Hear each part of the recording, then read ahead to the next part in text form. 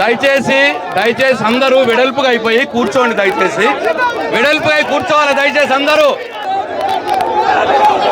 అక్కడనే కూర్చోండి. ఆ కార్ల దగ్గర ఉన్న వాళ్ళు రమ్మని, కార్ల దగ్గర ఉన్న వాళ్ళు నిన్న కూర్చోదు అంతే. కూర్చోండి.